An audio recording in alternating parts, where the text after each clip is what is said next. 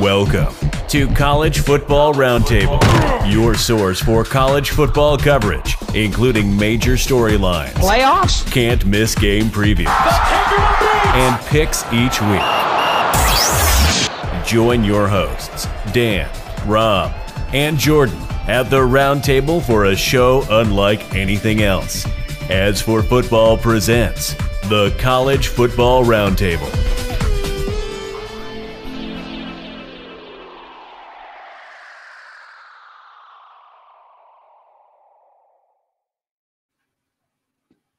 All right, everybody, welcome back. Army opens against ULM and the NFL Network. Is that a sign of things to come? Pat Fitzgerald gets fired for hazing. Who else is on the bubble in 2023 season? The SEC dumps conferences for 2024. The offseason is crazy, and we are closing in on the start of college football. Unbelievable. Like, just blinked, and it was like 90 days to go, and now we're halfway there. What's up, Trash Talkers? Welcome back to the College Football Roundtable. If you prefer, we'll just call it Ring Knocker Radio. I'm your host, Rob, in Fayetteville, North Carolina. Fort Bragg alumni shirt in the house. Beautiful. Dano E. Cabeza, calling out Coastal Connecticut. Sun's out, guns out, baby. And we got Triggered Joe right from the home of the Big House. What's up, guys? How are we doing this week? Never better, man. I just got out of the water like literally 10 minutes ago. So you guys are going to have to carry me for about another 5. I'm going to steal a line, but I never thought we'd be talking Northwestern football for a full week in July. I can say that. Yeah, for sure. That's true. Yeah. All right. Well, welcome back. This is College Football Roundtable. For those of you that don't know, this is an off-season show, but during the season, this is where we dive into college football in the broader audience. We talk about service academies a lot because we want to showcase them to an audience that may or may not see them or watch the games. But for the most part, this is where we talk about college football writ large and have a wider discussion. There's some interesting topics going on. I mean, college football is insane. I don't know if you've seen it. There's a guy that does college mascot intros, and he talks about like the meeting of when they come up with the college mascots. Pretty funny. That's good. And of course, the SEC shorts have already started kicking in, particularly with them complaining about losing their conferences. But we'll dive into that a little bit later in the show. But without further ado, we'll kick it over to Dan so we can pay some bills. Yo, man, this broadcast is brought to you by Craig Oxane, VP of Residential Lending for Draper and Kramer in Chicago. Been doing this with us for a while now. For now, geez, I cannot talk. Good Lord. Craig is a member of the West Point class of 1994, licensed to lend in all 50 states, based out of Chicago. Friends, he is one of the biggest VA lenders in the country. He's going to give you the best deal he can, super competitive rates. And I don't know if you guys have noticed, but like mortgage stuff is crazy right now. Super confusing. Interest rates moving all over the place. Now is not the time to deal with some clown that's just trying to make a buck off you. Like, deal with somebody who is actually an honest person who cares about you, who's going to treat you like a person. That's a member of the West Point Network, Craig Oxane. This is actually how the West Point Network functions. Like, Craig is here helping us stay in business at As for Football, and we are trying to help you find him and get the best deal on a mortgage that you possibly can. Plus, Craig does not charge lending fees for veterans. So true for Navy vets, even Air Force vets, definitely for Army vets. That's a $1,300 savings. Yo, if $1,300 is not a lot of money to you, send it to me. I got 2 kids going to college. I can use that money. So VP of Residential Lending, Craig Oxane. His link is on our website, asforfootball.com. Click on it. Just fill out a little form. You'll be talking to him in less than a couple of hours. Easy peasy. Thanks, Rob. Yeah. Awesome. That's great. And Craig, again, big fan of the show. He's also a Army football alum, and so he has a lot of insight, and we talk to him quite a bit. But speaking of Army football, we'll talk about service academies really, really quick. Army just had a horrible weather scare over the past weekend. Like, bad deal.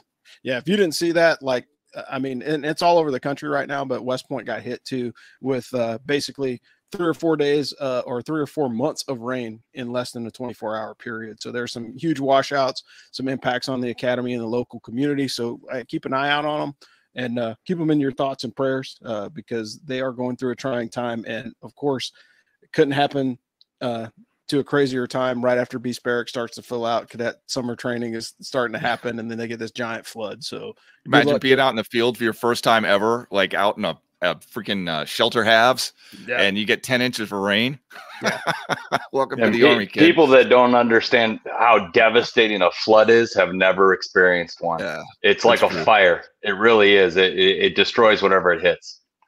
Yeah. And so just keep those folks in your prayers, man. Yep. I mean, no joke. Air Force Academy. Let's talk about this. So Air Force had 8 hit the transfer portal. And the most notable one is the second-year starter, Michael Mack. He entered the portal in mid-June. Hazik Daniels, like, I don't understand this. Like, I know that there's a note in there that says he graduated and Air Force let him transfer for a year to get a master's degree. Like, shouldn't that guy be doing something like in the Air Force? Just a thought, like maybe I'm wrong, but, still, I think it's super lame. It's just another reason not to like the Air Force Academy. Someday they'll grow up and like actually have some heroes. Navy, really only big thing that happened to them is running back Mikael Haywood transferred, and he's now at App State. So he's in good old Boone, North Carolina, playing some football there. It's a big loss for them, though. He's a good player. Yeah, I think the transfer portal really helps most schools, but if people transfer out at the academy, it's going to hurt them pretty badly because, just the difficulty of recruiting those skill positions year after year. But let's talk about some coaches, and then let's talk about Northwestern. So, like, the big news this week, I think everybody is tracking it, right, is that Pat Fitzgerald got the boot. And it's amid hazing. There's some crazy stuff. And it's, bottom line, the quote in the headline was like, it's widespread amongst all football players. And so that means it's a systemic thing across the organization. And again, we all know how crazy that is. But, Joe, you're the Big Ten expert here. So kind of what are your thoughts on the shenanigans at Northwestern? I mean, you talk about chopping a program's legs off. Northwestern, and this is coming from a Michigan fan my whole life, and we've always looked at them as an academic stalwart and a institution that if you got a degree from there, you have a global degree. Yeah. So they don't take Prop 48 students. They're one of those programs you got to get the grades to be. So they're already handicapped in a way that, say, Alabama isn't, in several ways, but also by academic standards, they can't afford this. This is the prodigal son. This is the firing of Jim Harbaugh at Michigan if it ever happened. Pat Fitzgerald is their Jim Harbaugh. He's one of the best players to ever come out of there. He is the best coach to ever coach there as far as wins go. And I know that some people think he's the brunt of the problem. I disagree. But it's a culture thing that we're in now where you've got how many transfers could you possibly have on your roster? I mean, just a ballpark. I mean, is it out of context to say you could have a couple dozen? I mean, and that kid has a bad experience and he leaves and he doesn't like the culture of your program. Well, guess what? He doesn't have any loyalty to your university. He's only been there for a cup of coffee. So, like, these kids are transferring in, and if you think that we're going to play by the good old boy system where, say, a gay player feels unwelcome or a black player feels like he can't be black, and that has been spoken. And I'm not lending truth or falsehood to any of this, but I'm saying if those players feel that way, you make a hell of a lot more money than I did to be PC. And if you're telling me that you can't get it right and you don't have that luxury at that kind of salary, coach, to say I didn't see it and that I don't believe. There's there's this side, that side, and somewhere in the middle is the truth. I don't believe Pat Fitzgerald didn't know there was any hazing. I'm sure he had no clue to the extent. I don't think he's a horrible human being, but I do think that where he should have taken, he probably phoned it in and said, let the team handle it. And unfortunately, that's what happens when you're playing with a loaded weapon like that and trusting your family's financial security and your future and reputation professionally to the hands of a bunch of seniors who might have had a bad game or might have had a bad night. And, you guys you guys were college athletes or college level. I know you went through something like that. I mean, I'm a veteran of the 82nd Airborne. We all saw hazing of some sort. Yeah. But when you're pushing a boundary and you're pushing a line and you're breaking the guy down and damaging him or traumatizing him And some of us are softer than others. It's just the way it is. Some of us get our feelings hurt worse than others, you know. But if you're emasculating a guy like that, and you know, taking his manhood in front of everybody and just eviscerating it by humiliating him, you know, those kind of things have reverberating effects with a kid who just got done with puberty. You know, sometimes they speak before they think, and maybe I go talk to a reporter tomorrow. You know, there was male nudeness in it, and it made me uncomfortable. Now I want to transfer because I'm not going to play next year, and maybe I'm just saying, like, what's the word I'm looking for? Hypothetically, you know, you've got kids coming in and out of your program that weren't in love with Northwestern when they wanted to play theirs. You have to be right. You have to have it dialed in and reined in, and your players in check. You think Deion Sanders doesn't know what's going on at his university? I bet he does.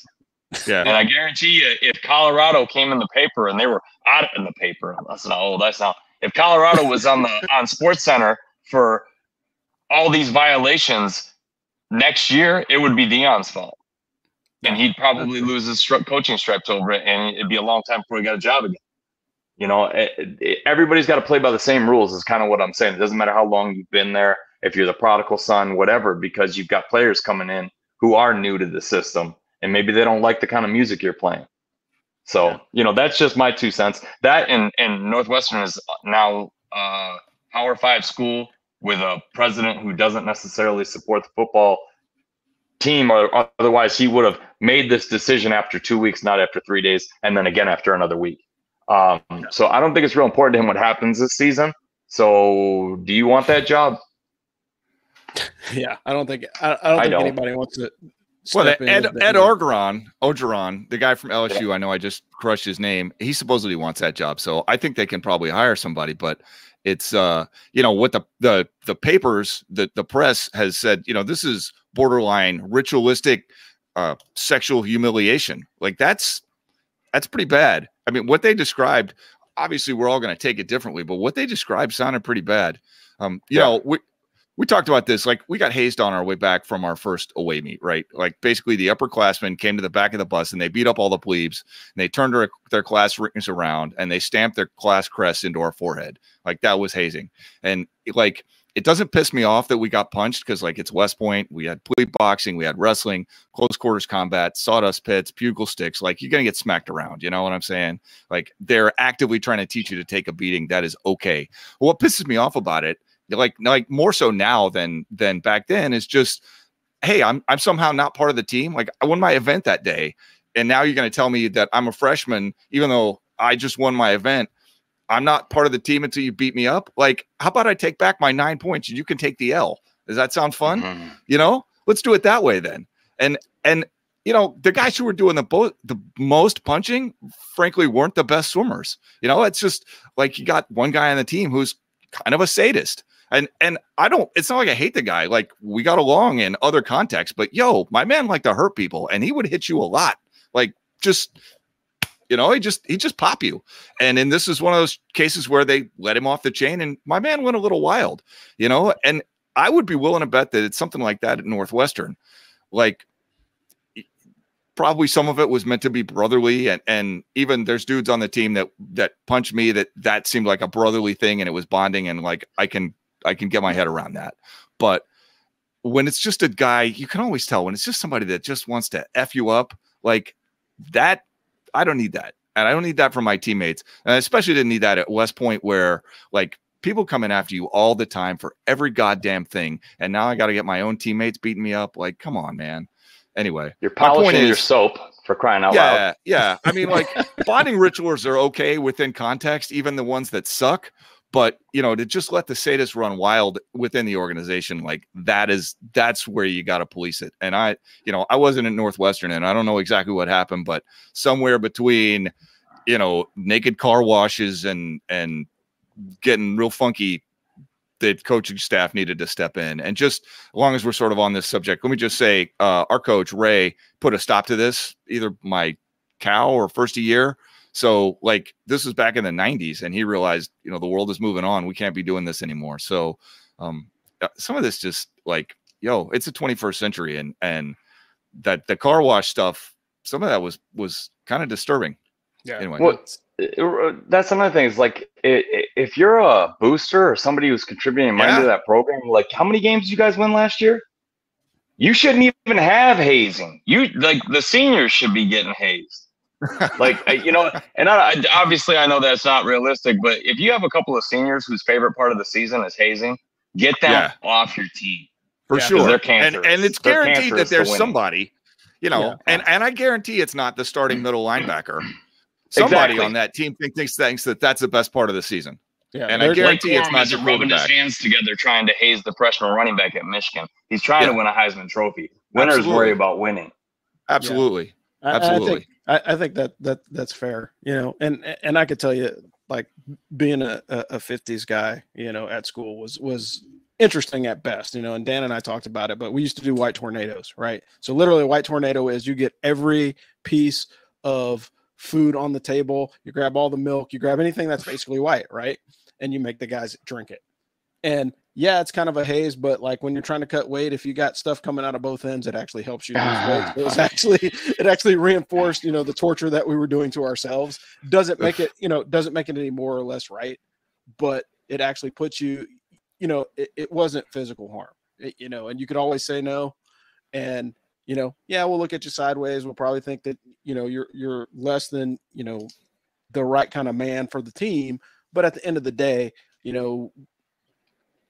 there's good, clean fun, and then there's abuse. Yeah, absolutely. And this clearly crosses over into the line of abuse. Like, I think, every college football program has something like this. I think anybody that's played any collective team sport has experienced it in some capacity, but it just depends on how bad it is, And if I gotta be honest, Rob, I'd rather get punched a couple of times than have to do a white tornado. Personal preference.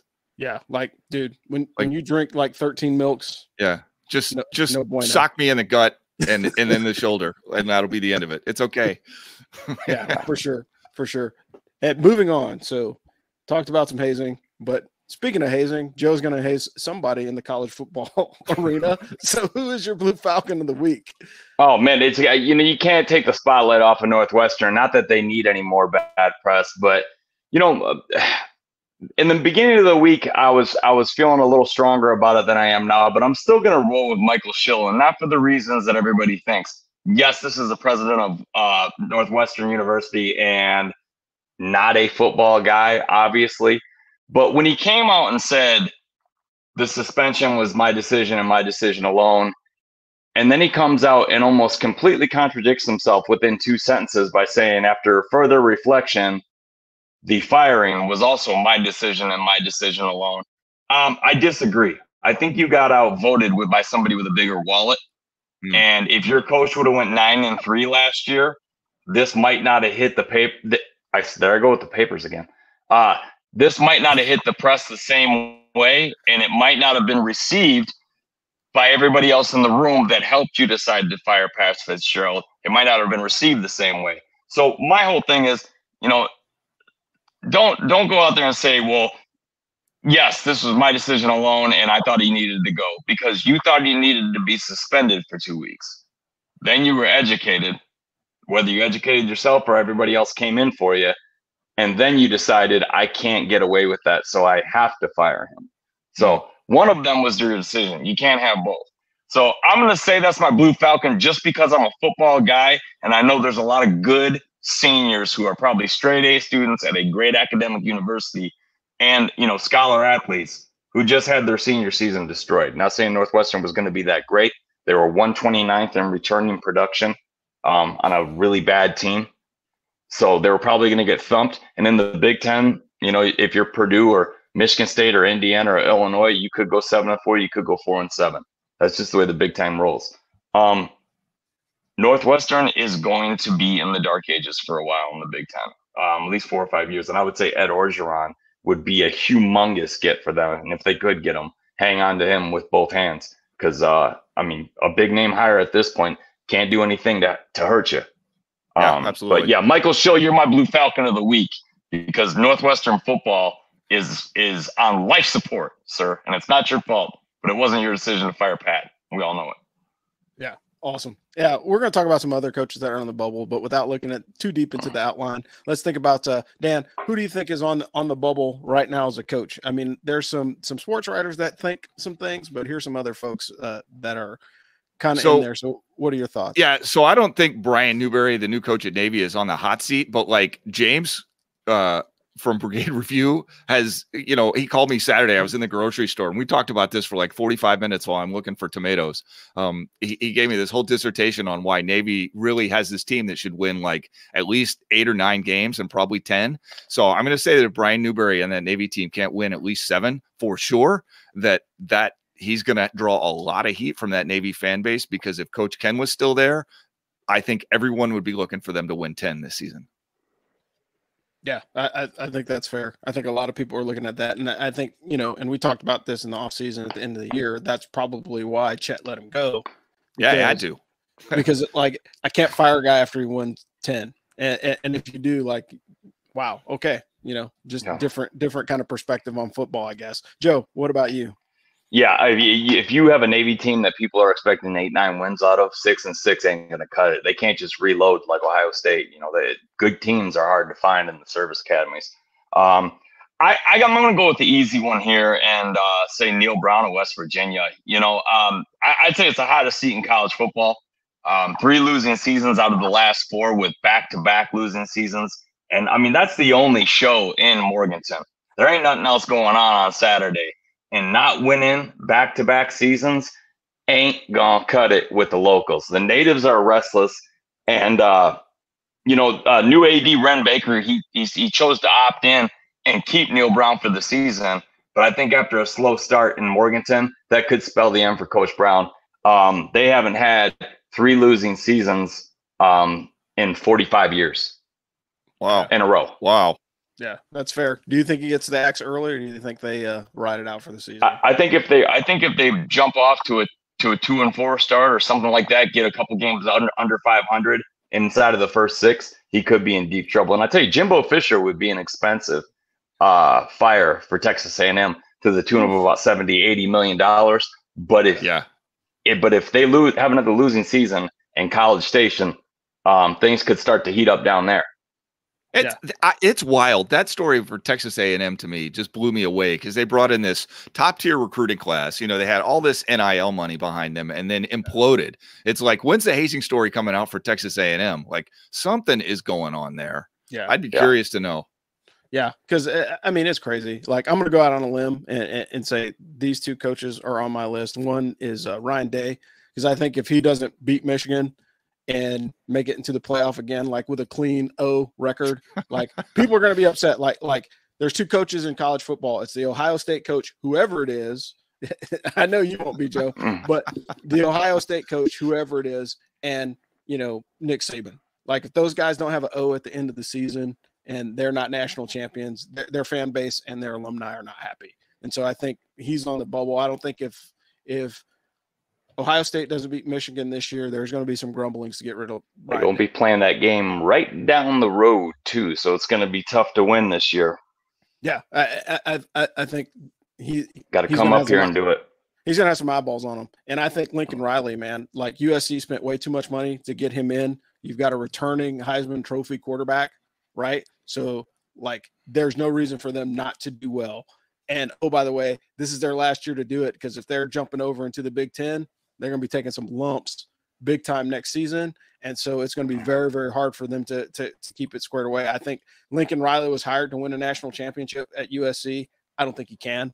And he better figure that stuff out quick, because he's got a $17.2 million mansion in California that he's got to pay for. And that's not going to go so well if he's not winning. And again, he's got to figure out the Big 10/Big 14 or whatever the hell we're going to call it next year once they finish the conference realignment. Yeah. But bring all your 5 stars to sunny Columbus in November and see how they like playing. Yeah, that's just not going to work out well. But coaches in trouble. Snow and muck. Yeah. Tom Allen from Indiana, Neil Brown, as you mentioned, from West Virginia. You got Danny Gonzalez at New Mexico. Dino Barber's at Syracuse. That's going to be interesting. I think Jimbo Fisher of all these guys is the one to really watch, because there's just way too much money behind that dude. At Texas A&M, you got Butch Jones at Arkansas State, and then you got Mike Bloomgren at Rice. all these folks are kind of teetering on the verge of, if their season is good, they might make it. If it's not, they might be bad. And then is Iowa going to make Kirk retire without another good season this year? I think that's a good question. I don't know, guys. What do you think? They need to hire an offensive coordinator. My God. I mean, how do you have a defense that good and you absolutely can't do anything with it? It's embarrassing. Yeah. I mean, your defense was good enough for the Lions to blow another draft pick on a middle linebacker that should have been a 3rd round pick. Good job, Detroit. It's like drafting Boss Bailey over Clinton Portis, or Joey Harrington over Julius Peppers. Same draft they did that in. Same draft. Yeah. But anyways, I mean, their defense was phenomenal.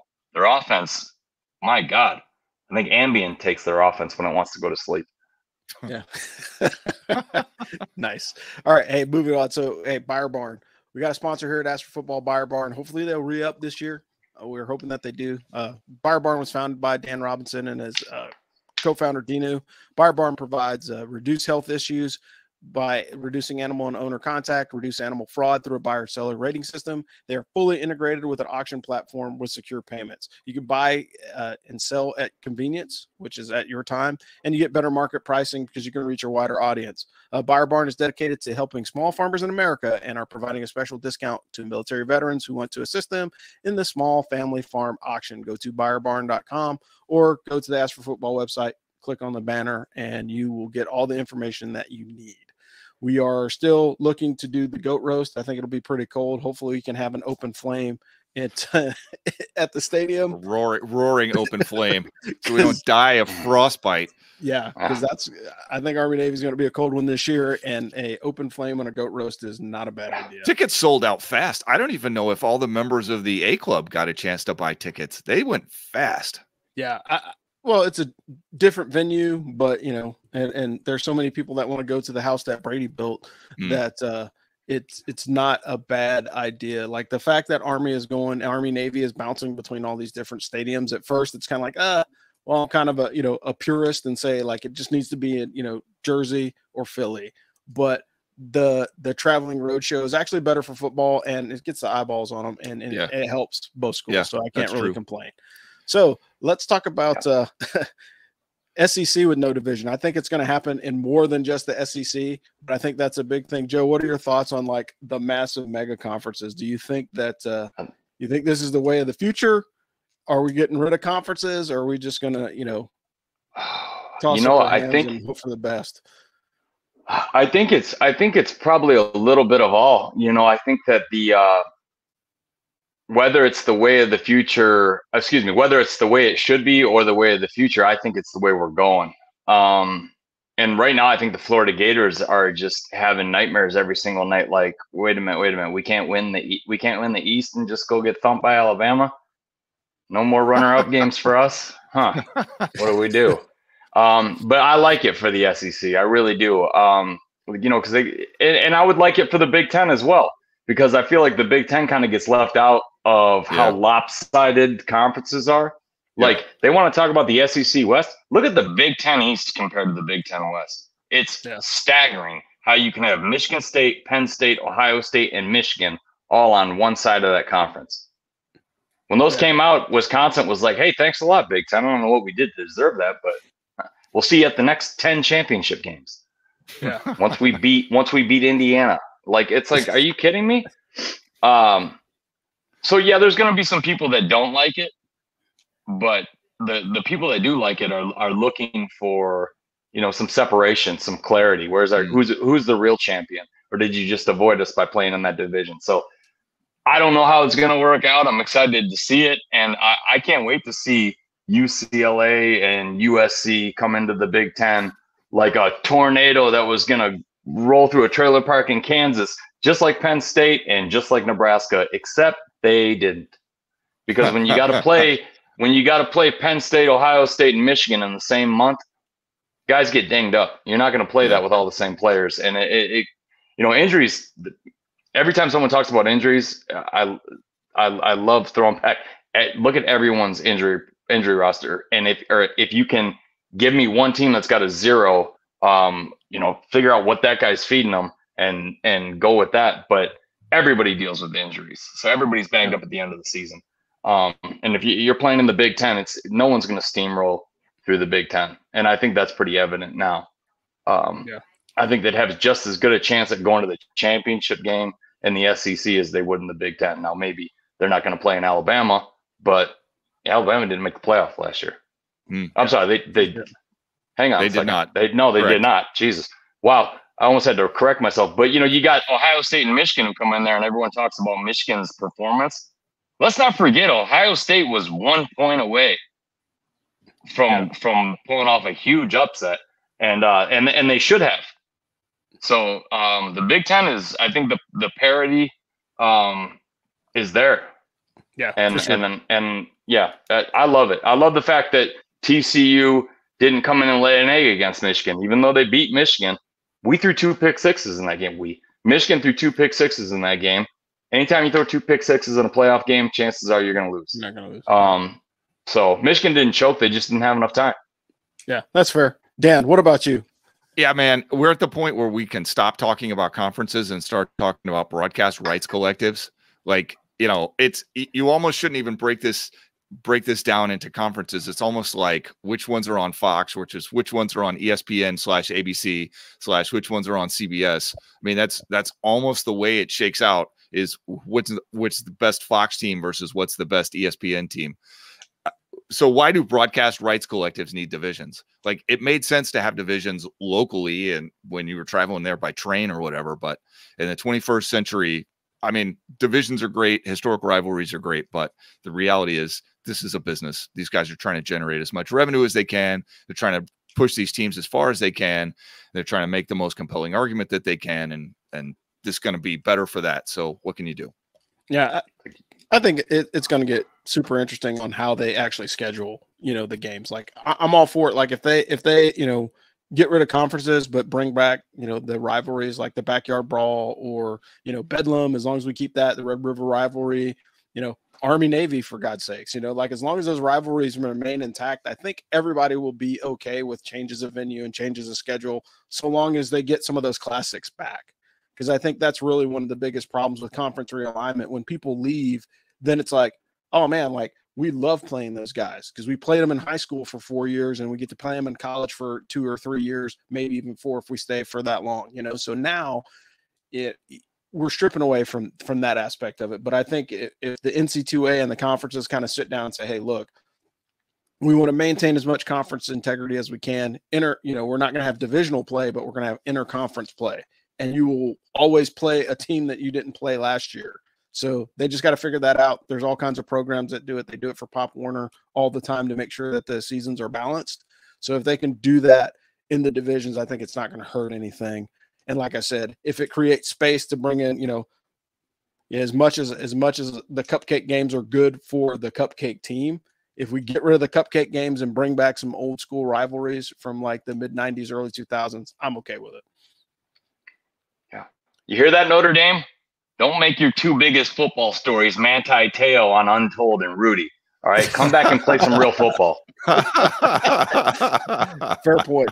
So we kind of didn't know what we were going to talk about at first. We knew we were going to cover the coaching thing, but we weren't sure of how we were going to go. So we kind of pulled the audience. So we went out and hit up everybody on the socials, and we were going to do a lightning round. So we're going to run down this as quickly as possible, and we've got a bunch. We got a lot of feedback, and I was really pleased about it. So, apologies, but I included a lot because I just thought it was cool that we pulled the audience and got a good response. So, yeah, I thought it was great. So, from the Firsty Club, we've got best pregame meal. Oof. and Greg got to Sally toss these out, and these are very much West Point stuff, West Point meals that you would eat for pregame. But he has turkey tetrazzini, beef stroganoff, barbecue ribs McBurton, and pizza pockets with corn chowder. That one's easy. Pizza pockets. That one's easy. Yeah. That's a What was the first one he named off in MRE? I have no idea. I'm confused. Turkey tetrazzini used to be one of those things that it's like literal slop, and it would just be there on like a Thursday when, you're coming back from practice, you're smoked, probably swam like 10,000 yards that night. And, the DFAC major is like, yo, come in here and have some of this good turkey tetrazzini. But of course he's from Alabama. So it's like, have some of this turkey tetrazzini. Yeah. Oh, God, I hope never again. Yeah, I hope not. Yeah, so Corey Ellich said recruiting review, players to watch in 2023, and offensive deep dive. And so for the recruiting piece, we don't really cover that. That's Sal's that's his territory. So if you really want to dive deep in there, I would recommend that you check out Sal Intertonato, because he covers vast majority of the Army recruiting in the off season. Players to watch in 2023. I mean, with the new offense, it's kind of like, I don't know. Bryson Daly on the quarterback keeper around the edge. I think you're going to see that quite a bit in the first 2 games. And then after that, I don't know. On defense, I think that's kind of an interesting story. And let's see what the nose tackle does on defense. I mean, because there's quite a few guys that are up and coming, but nobody that's really a standout. You know, you've got Frey coming back. You've got a couple of guys in the defensive secretary that are coming back, but they were role players last year. So I think my response for players to watch in 2023, let's wait 2 games. And I think then it'll kind of shake out on itself. And then the offensive deep dive, James from Brigade Review has been watching probably more film than Peyton Manning in the last 6 months. And so he's going to do a deep dive on the Army football show. We'll talk about that a lot deeper as well. But definitely, I think I'm excited about the new offense. Like, I watched a couple of videos early, and then, there's some that you can watch free on YouTube, which Coach Thatcher. And hey, man, like, it's still the triple option. It's just a different formation, and right. I mean, like, they literally run the exact same plays. I think the main thing is your responsibilities in your different skill positions are a little bit greater. So, like, running backs have to make sharper decisions. They can't just run to a spot on the field. They have to be able to respond to, the stimulus that's there. So they're reading the defensive end or the linebacker just as a quarterback would. So if the quarterback pulls it, then that running back has a decision he has to make as far as who he blocks versus the option. My perception is that they're going to try to make a real asset out of the fact that they have smarter players. Good idea. Yeah. I mean, I think it works. And if you look at the offensive performance, that Coach had at his other school is just pretty significant. So we'll see. James William Pagano says, should Cody have won at WrestleMania? Should Cody Rhodes have won WrestleMania? Look, man, I can't tell you the last time I watched WrestleMania. I'm a very, very old school guy. So, my currency on big time wrestling is nil. But the only person that should win at WrestleMania is The Undertaker. And the only other one that I liked of best of all time was WrestleMania 15, Rock and Stone Cold. That is hands down the best WrestleMania main event ever. And that's all you should ever watch. If you're a real wrestling nerd from back in the day, like the golden era, the Dark Side of the Ring is one of the better reality TV shows. Well, docu-series, I guess you could call it. But man, I just watched the one on, oh my goodness, I'm going to lose his name. Oh, the dude that played, he was supposed to have a big feud with Hulk Hogan. The Adrian the Adonis. That's what they called him. And he was like hooked up with the mob in real life, but wore makeup in the ring to like get his gimmick over. And just a crazy story. Those guys were the rock stars when there were rock stars still. Like they some of those party stories are insane. Just watch the plane ride from hell, where Brock Lesnar and Mr. Perfect got into a fight 30,000 feet in the air on the plane. True story, really happened. But yeah, it's a good show. All right. So speaking as the only actual wrestling fan, I will say Cody Rhodes definitely should have won at WrestleMania. He is, I'm an AEW fan, not so much a WWE fan. So I definitely would have taken the AEW guy in Cody to win. Yeah, for sure. But he wasn't the best wrestler in his family. American Dream, Dusty Rhodes. Yeah.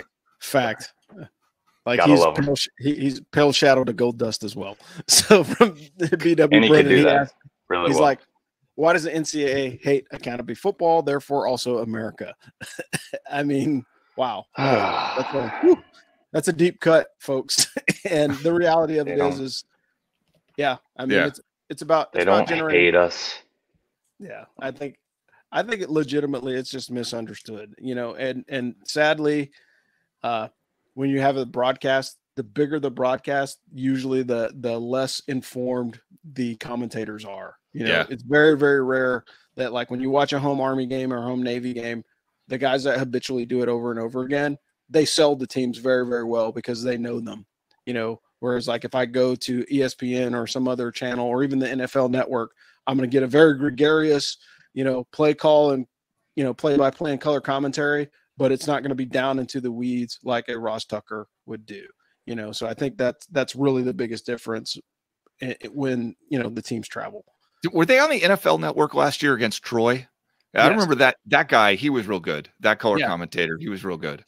But so cautiously optimistic for even though we just published a hit piece on the NFL network, I'm cautiously optimistic. Yeah, we need to figure out a way to clone Gus Johnson's voice and just have him be the color commentator for every game because I love Gus Johnson. I'm sorry, I do. That's fair. All right, so from the Patreon, we have Dave Graves talking about the best and worst case scenarios of college football realignment. We talked about already, but again, I think we're going into the Big Five, and I think it's going to turn into, the conference champions going straight in and then all the also rans. Yeah. And, as much as we would like to see college football balance out, I don't know if it ever will, given broadcast and NIL money and everything else. But then the other part of it is will Army need to join a conference? If so, which one? And I think, I'm going to reference you back to the conversation with Mike Buddy. I think he probably made the most compelling argument to stay or go. I'm a big fan of maintaining independence based off of the Bobby Ross scheduling, 3 teams that you can beat, 3 teams that you can go 50-50 with, 3 teams that you possibly could lose to in your rivalry games. And that's your 12 season, that's your 12 game season. So I think that helps Army in the long run. Again, it gets you to travel. You get to see a lot more people. And from a recruiting perspective, the more open or the more games that Army plays like out of region in other places, the better off it's going to be. But for God's sakes, let's not fly to Hawaii because I just think that's a long, long haul period. So we got Mike Twardy asked, realignment in college football, same thing, old time rivalry. The pageantry is missing and I miss conferences. And I think we've beat that. We're kicking that dead horse now. Yeah. Well, if I could say something, I don't think it's going back to where it was. And I think we need to enjoy football for what it is right now, because I don't think we're getting any more. Football's not going to go backwards. It's not going to get rougher. It's not going to get flat. It's going to evolve to fit the players because we've made it so player important now.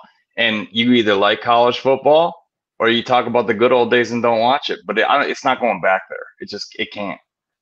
Yeah, it's fair. Yeah. I think evolution is okay. Like protecting the players. Like, look, everybody loves a great Ronnie Lott hit for those of you guys that are old enough, or Chuck Cecil hit, or Steve Atwater. Like, we all grew up watching those guys like destroy people. But guess what? Those guys are like in various states of play as older gentlemen because of the way that they play football. So if we're trying to protect people so they can actually be viable contributors to society after they finish playing football, then all the rule changes and everything else is good. Yeah. The fact that these guys can make money, that's always been a complaint. I think anybody that's paid attention to the NC2A is like, look, we understand that you're not a football vocational school, but you could play the players more. It's kind of working itself out. I think we're still in the early stages. I think somebody's going to get nabbed for doing some shenanigans at some point, and then it's coming soon. Yeah, it'll change things. But right now, I think it's legit, man. Like the fact that, not to jump on the Coach Dion thing, but think about it. Coach Dion was able to move schools and then bring a whole bunch of talent with him and literally look kids in the face and be like, hey, man, you probably need to find another place to play because you ain't making the cut. Yeah. And at least he told them early enough, and thinking on it, everybody got upset when he did that. Like, oh, I can't believe he said that to those guys and kicked them out or whatever. But at the end of the day, he gave them their best opportunity to land at another team. Given the transfer portal and you don't have to sit out a year, hey, I would much, much rather find out in January that I ain't going to be on the team than find it out in July, Yeah.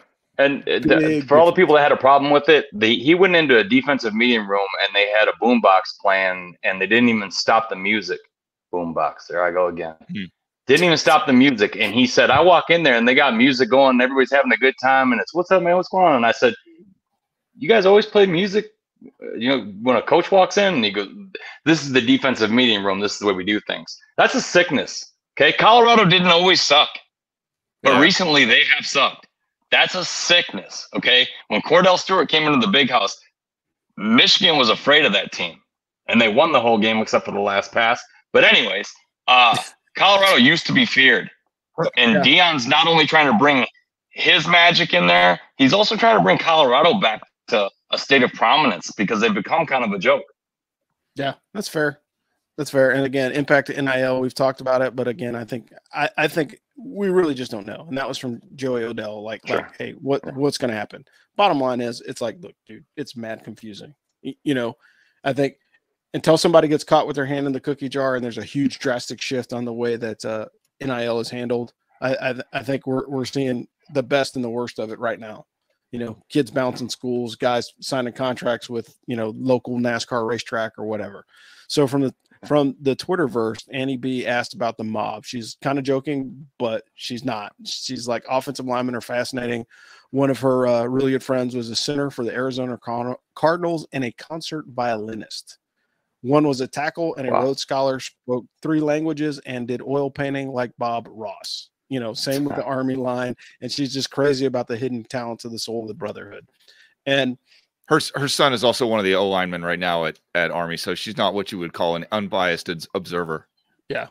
But when you really think about it, man, like, you know, I heard a joke once of people talk about historical figures and who would be in different positions. And the one guy was like, well, you know, I would have Benjamin Franklin be my center. You know, because he's like an inventive and he's super smart guy and he's able to make line calls and he's able to do all the things that a center can do, you know. And when you think about it, when you read historically of his personality and that kind of stuff, it's like, yeah, that kind of fits. And basically her comment as well is it's like those guys are definitely the unsung heroes on the offensive and defensive line of the ball or side of the ball. The linemen are critical to the success. Like if a running back is running loose in the wide open, it's because everybody around him played their part.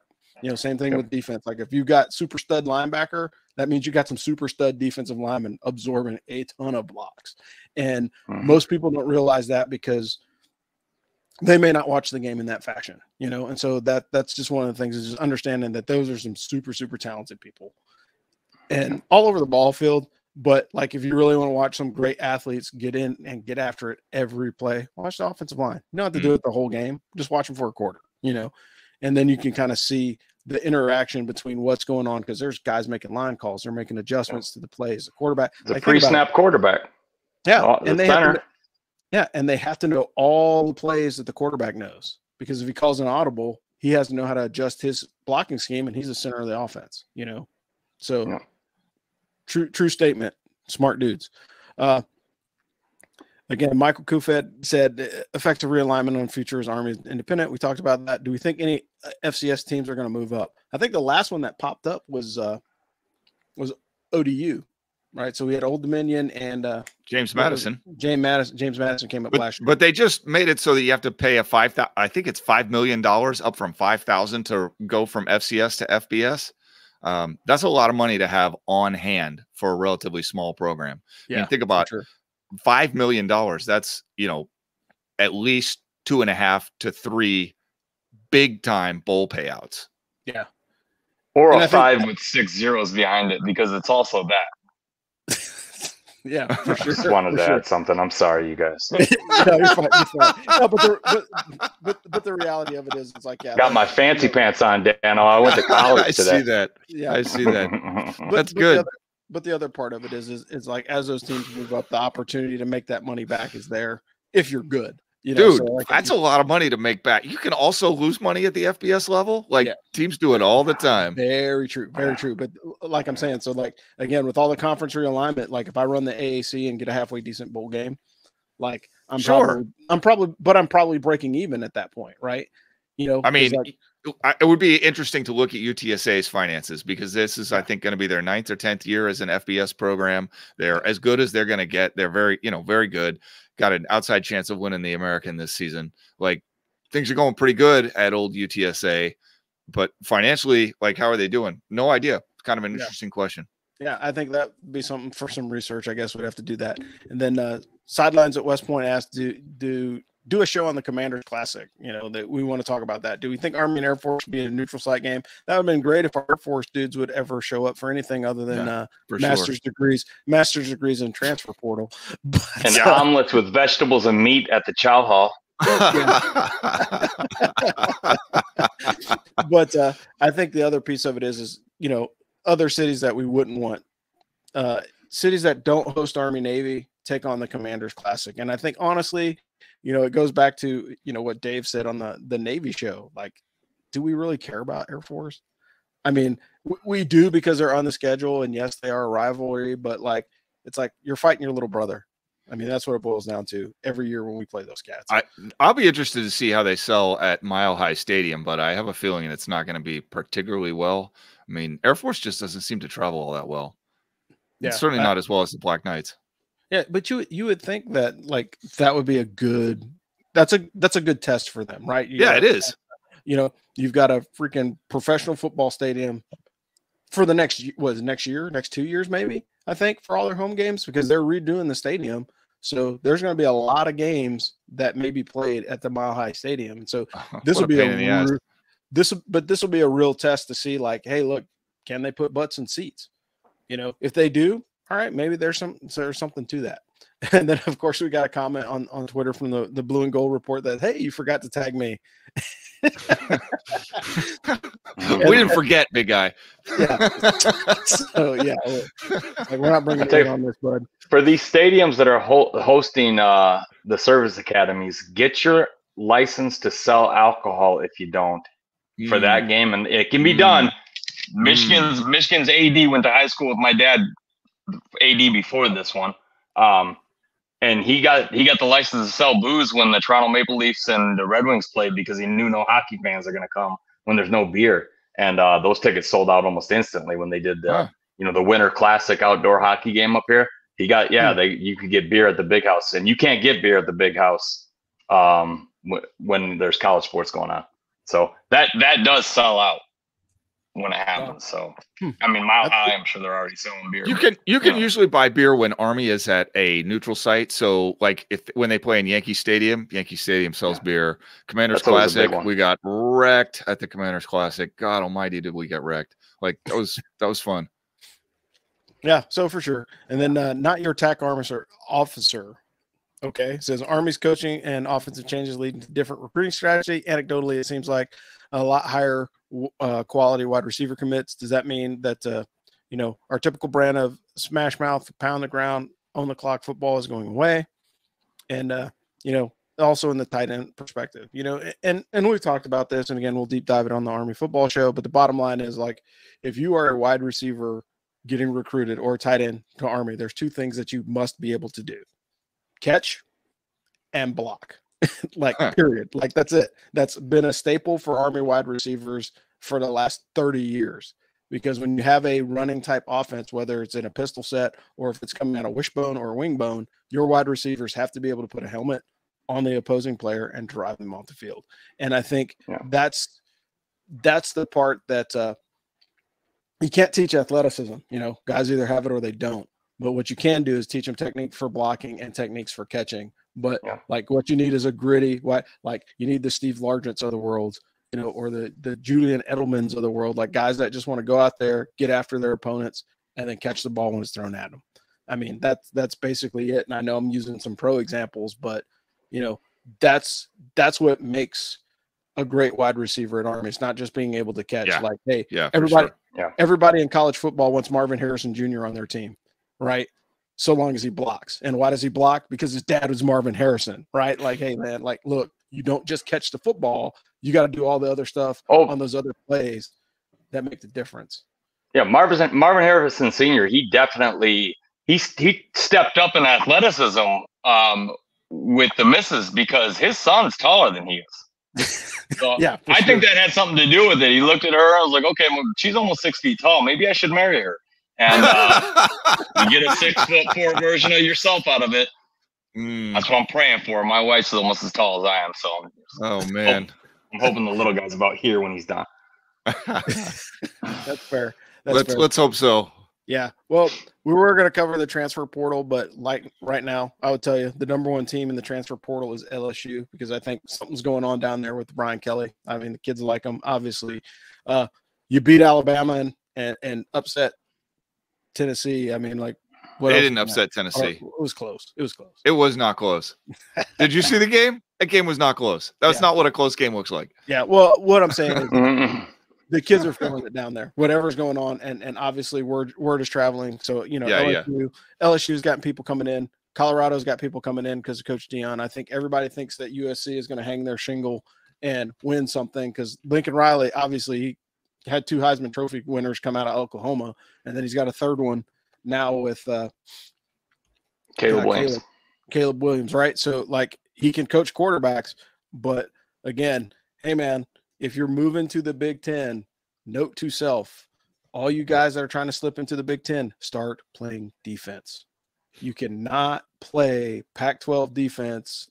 Like, dude, you got teams like Ohio State will hang 100 on you if you play defense the way that you play defense in the Big 12. Michigan will score 70 points, and they will run it down your throat and embarrass you. So you will not want to have any parts of those games. Rounding out the top 10, you got Florida State, Auburn, Ole Miss, Miami, Oregon, Oklahoma, and UCLA. Surprisingly, the team that you don't see on here is Texas A&M. So it goes back to the previous discussion about, hey, what is going on at A&M that players don't want to transfer in or out? There's something going on. Like, obviously, they're not transferring out because there's a big old pile of NIL money, but they're not transferring in, which does not help Jimbo Fisher's chances at all. But, wow, man, that was a full show. We covered a lot of ground, folks. But, hey, look, hopefully this will satiate your thirst until we do the next one. This is the College Football Roundtable. I'm your host, Rob, the Angry Colonel, coming out of Fayetteville, North Carolina. We got Trigger Joe out of the home of the Big House and Dano Ikebesa calling out of coastal Connecticut. And we will talk to you guys next time. Thanks for joining us tonight, those of you that popped in. And those that gave us some feedback on the socials, we appreciate that. And keep tuning in. We'll keep making them. And we'll talk to you guys next time. Thanks. Beat Navy. Beat them. Thanks for listening to the Ask for Football College Football Roundtable. Tune in next week as the AFF team brings you more hot takes and college football analysis. We'd like to thank our sponsor, BuyerBarn.com. BuyerBarn.com is the world's first platform to perform online auctions and sales for farm animals.